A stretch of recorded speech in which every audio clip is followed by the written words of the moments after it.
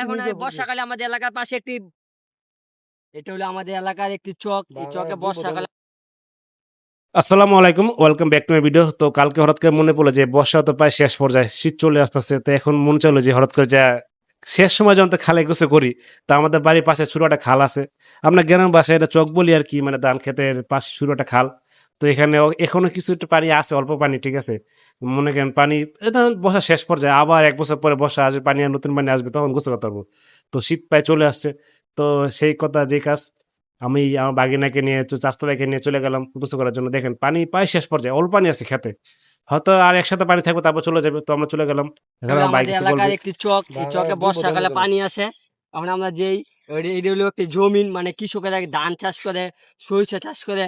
এই মাঝে আছে একটি খাল। আমরা ওই খালে চলে যাব। আর এই জমিগুলো যা আছে, মানে পুরো বর্ষা হইলে অনেক পানি হয়ে যায়। এখন বর্ষা তো না, হঠাৎ বর্ষা